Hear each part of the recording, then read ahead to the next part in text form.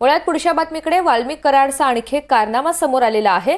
लाडकी बहीण योजनेच्या परळी मतदारसंघाच्या समिती अध्यक्षपदी वाल्मिक कराडची नियुक्ती करण्यात आलेली होती। धक्कादायक म्हणजे जिल्हा नियोजन समितीवर सुद्धा वाल्मिक कराड सदस्य होता।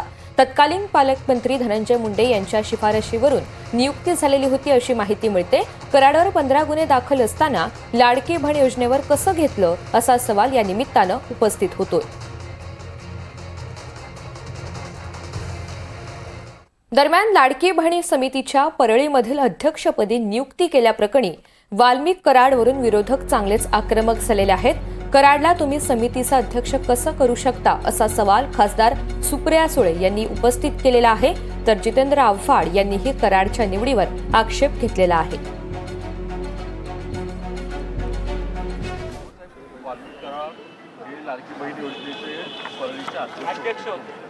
मग त्यांच्या किती 28 तर लाडक्या बहिणी सापडल्या ना। हे बघा, वाल्मिक कराडांचे 22 गुन्हे, त्याच्यातले 7 307 आहेत। ह्याच्यात ह्या सगळ्या गोष्टी ह्यांनी सगळ्यांनी मांडलेल्या आहेत, सगळ्या पक्षातल्या लोकांनी मांडल्या आहेत, अंजलीताई दमानेंनी पण मांडले।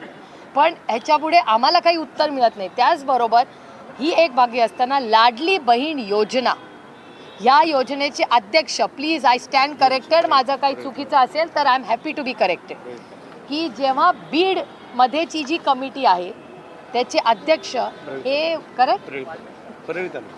परळी तालुक्याचे अध्यक्ष आजही आजही वाल्मिक कराड आहे।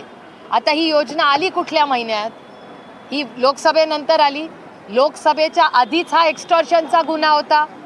ज्या माणसावर एक्स्टॉर्शनचा गुन्हा आहे त्याला तुम्ही महिलांच्या या लाडली बहीण योजनेचा अध्यक्ष करता, जे किती असंवेदनशील, इट्स जस्ट शॉकिंग।